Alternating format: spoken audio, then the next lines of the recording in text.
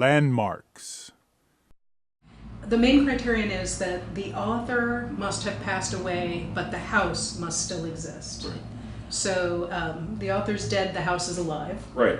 And I've written by a number of these sites all my life until I started this project. I didn't realize some of these places, their worth and what they were about. And it is really actually a very, very fertile field for investigation. And I mean, I could give 10 PhD students or master's degree students a thesis topic. Behind every headstone or every grave, then there's a story of a life that once was. We have t-shirts for the young people to identify them. Prior to the t-shirts, they go to a bicycle safety course. Their bicycles are inspected to make sure they're safe before they even drive on the course, and show them the other uses for a bicycle other than recreation, job opportunities, tour the city, learn the neighborhood, learn the historic landmarks in the neighborhood. We'd like to expand the whole tour thing throughout the city, identify other landmarks in it, and after clubs form, take a ride up to Northwest, but between their home site and Northwest, identify the different landmarks, extraordinary. I hope to cover the whole city one day, that you can get on this tour that we offer, and you have your map, your lead riders, and an activity that you can involve your family, mothers and fathers, sisters, brothers, and it'd be an outing. So for those who can't afford to go on a vacation out of the city, you have a vacation within the city of landmarks that have been here their whole lives, and now they get a different appreciation of them.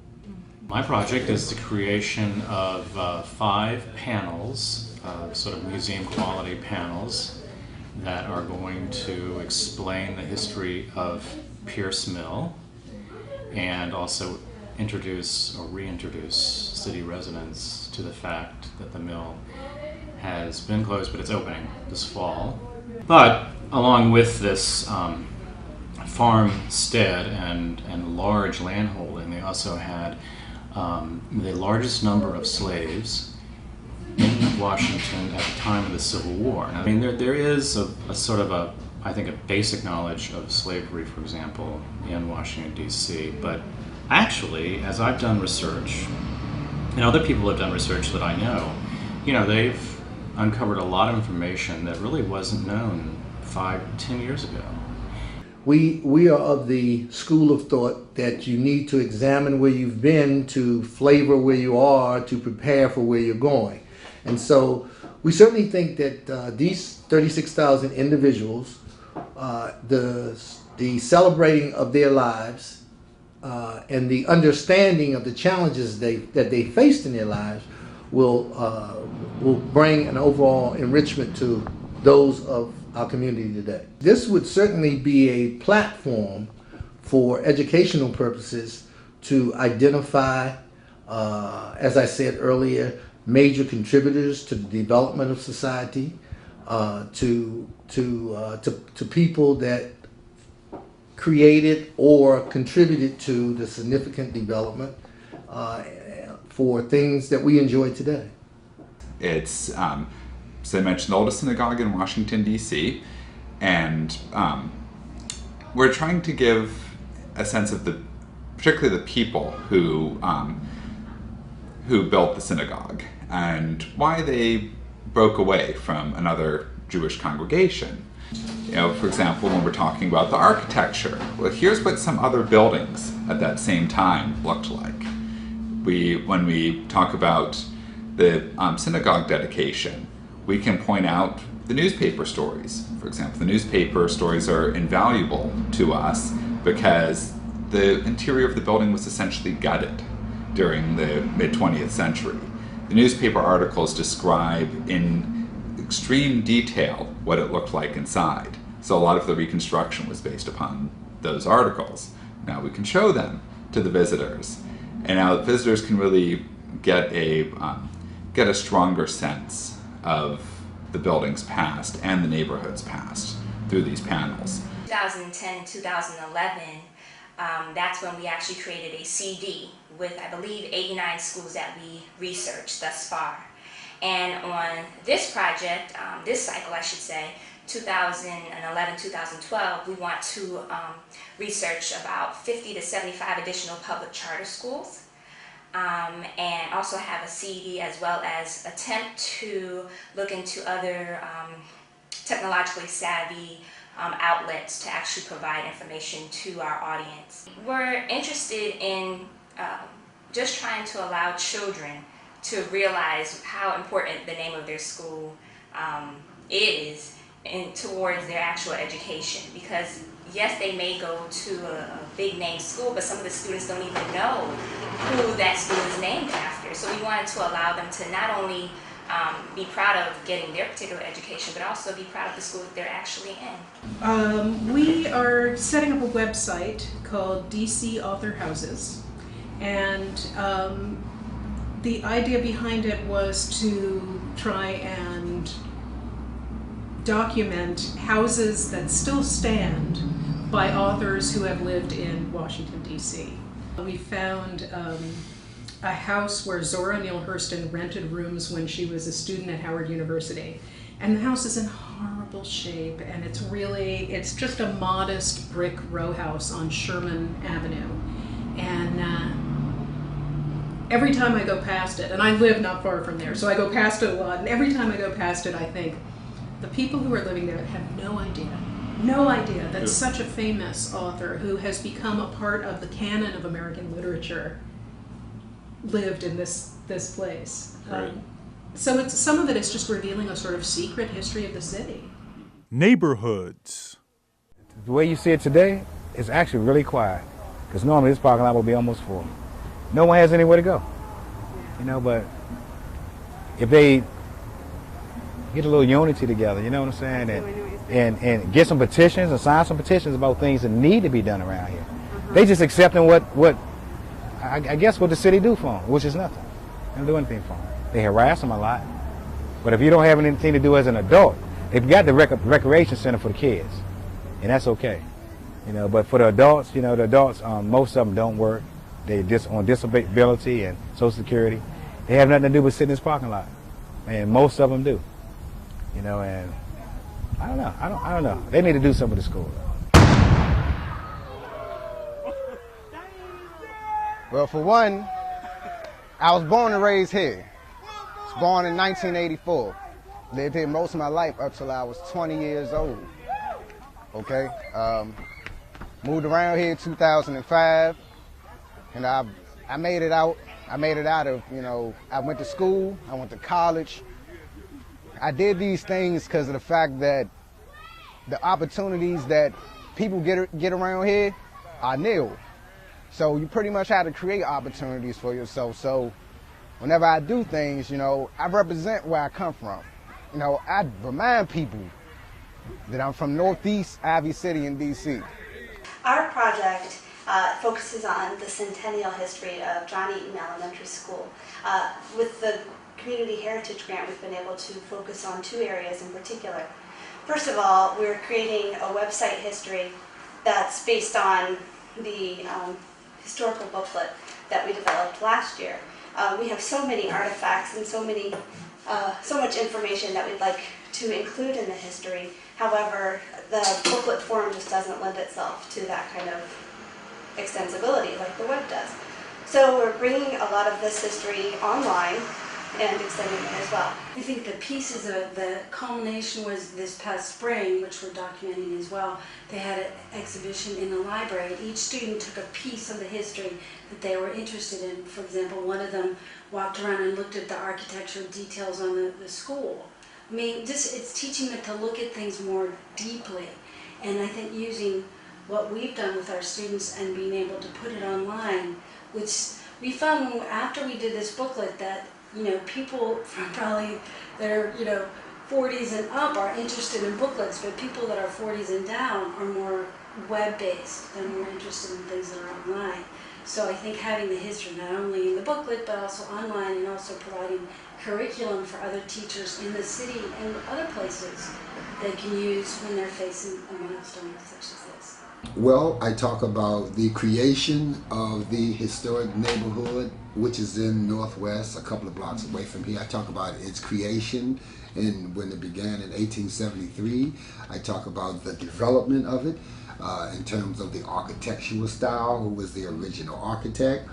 And I speak about the influential historic Americans that lived in LeDroit Park over the last 100 years and their contributions, which has made it a historic landmark district. Rosa Parks is generally considered the mother of the civil rights movement, but Miss Turlow, the individual that owned their home across the street from me, at the incredible age of 86, in 1950, she desegregated eating places in all businesses in Washington, D.C., 6 years before Rosa Parks gave up her seat on the bus. And that fact is relatively unknown by most Washingtonians and most people in the world. And I felt and thought that that was profound. And that bit of history needs to be told. Part of what I am doing involves looking at how the United States government worked with cities and city policy during the 1960s. And part of it involves trying to figure out how people who lived in cities worked with the same issues. The city is unique as well because it's a center for the civil rights movement, and I would argue there it's an undersung center of civil rights movement activity. That's an important part because of the presence of Howard University. Many people were drawn here to work on those issues, and that contributed directly to the kinds of activism you saw within the city itself when it came to local city issues. So a study like this, I hope, can do two things. One, it can say, it does matter. You may not be achieving your immediate goals here, but over the long term, this does have a significant impact.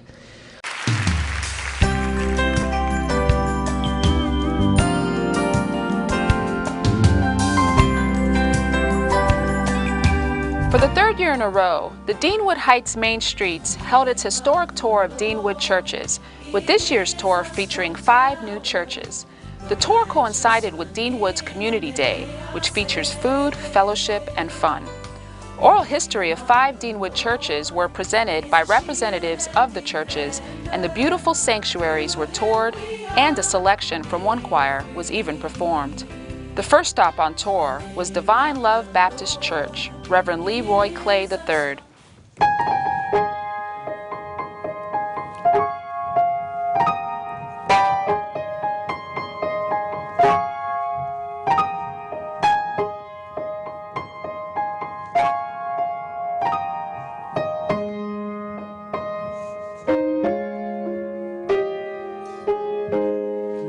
Divine Love Baptist Church held its first service on November 17, 1970, under the leadership of Reverend Leroy Clay Sr., the pastor and the founder. Culture.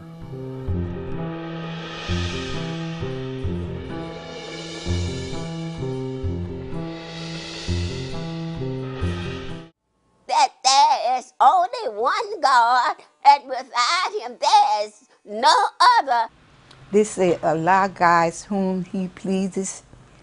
We don't choose Islam for ourselves. Allah guides me. I would say he guided me. And that's why I stayed. Became a Muslim because I didn't like the way we was treated. But we was brought over here as slaves. And as being brought over here as slaves, the missionary told us, God come for us.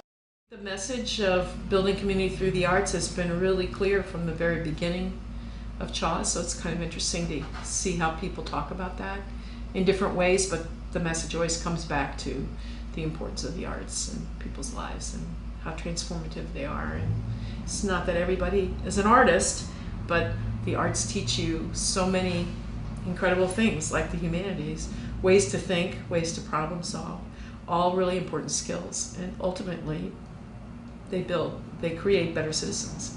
It's important to know your history and the fact that, you know, you're walking along a street where other people walked before you, and who were they? And the obvious people are, you know, like people we know from history, Walt Whitman or whoever, but who were all the other people like us who are walking along?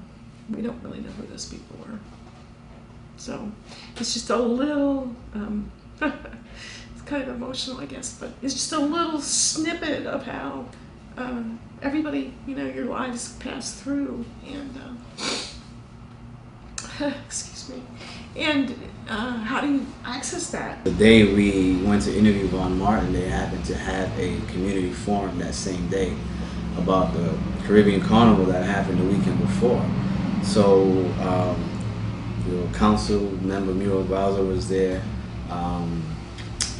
The Ward 1 council member was there, the deputy chief of police was there, and individuals were allowed to call in, and they had individuals from the community within the station asking questions, and it was just a forum discussing some of the issues that may have taken place, and some things that could have been done better, some things that went well. So it just created a dialogue, but that platform happened on Vaughn's show, so that goes to show the significance of his contribution. Neil Alpert, who was a former deputy mayor of economic development, when he was in office, he talked about some of the things he tried to rectify in the city. So he was part of the initiative push to improve the city's parks and recreation system. So now the city has one of the best infrastructures when it comes to swimming pools, parks, activities at the rec centers, and that was part of his initiative, and it wasn't just ward specific. It went from southeast to northwest, and I think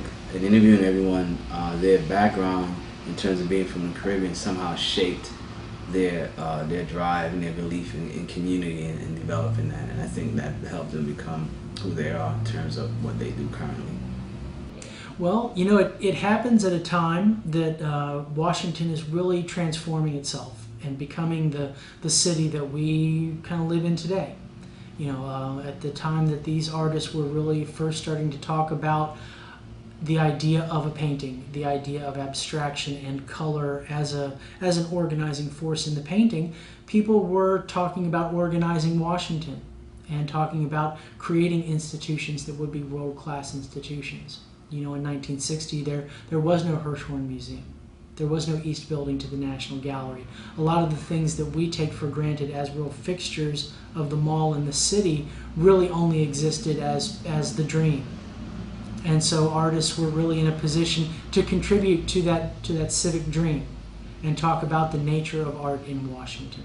And so the paintings that they created, the programs that they put on, were all part of that citywide discussion of what the role of Washington would be. The name of our organization is I Saw the Experience of Learning in DC, and we are an organization that focus on community-based educational projects. This particular project is our pilot project, and it's called History Beneath Us, Forgotten Sacred Ground Across the River Creek. Mm-hmm. And the project centers on the Mount Zion Cemetery. It is very important to our history because we have a lot of individuals that contributed a lot to the city's history that are actually buried there. And the burial ground is estimated to be about 200 years old. So therefore, we would like to uncover the identities of the people that are buried there. The intergenerational component comes in where you have middle schoolers, high schoolers, and college students. Right. That's very important because middle school is a very critical time where a lot of students lose interest in the learning process. And we want to keep them interested where they understand now we're not just learning for textbooks, but we're actually seeing how this will affect my community, my family, who I am, where do I come from. And it becomes meaningful and engaging. So it's important to involve the youth at that age so that they can be a part of the research as historians, and it comes alive. It's actually tangible to them.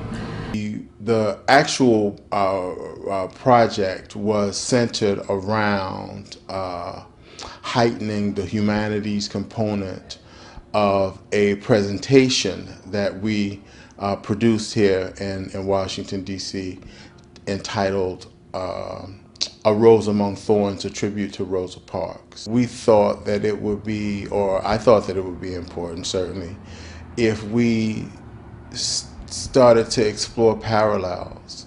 We know that the Rosa Parks issue occurred in Montgomery, Alabama, but the civil rights issue was not an issue that was isolated in Montgomery, Alabama. When I started to think about what I wanted this project to be and how I wanted it to be related to the play, the presentation of the play, I started thinking about, well, what was DC like during that period? What was it like during that period? What was it like slightly before the Rosa Parks issue? And then how were the various neighborhoods in Washington affected? In 1937, a group of photography enthusiasts established a club at the Colored Y. It was called the Anthony Boyne 12th Street YMCA Photography Club in 1940 and was renamed the Photograph Camera Club. One of its earliest members, John H. Pinkard Jr., reaches his 100th birthday in 2011. He was born on the campus of Alabama A&M College, where his parents were faculty members. Pinkard later relocated to the district's Shaw neighborhood, where he attended the Dunbar High School, known for its decades of academic excellence. By the way, in 1940, I was the first one to bring Kodachrome to the Photograph Club. I never will forget it. That stuff, AS-810, basic photography of nature scene, was F6.3 to 60th. It got burned into my memory for many years. I understand now that Kodachrome is no longer processed. It's gone. You can't get it.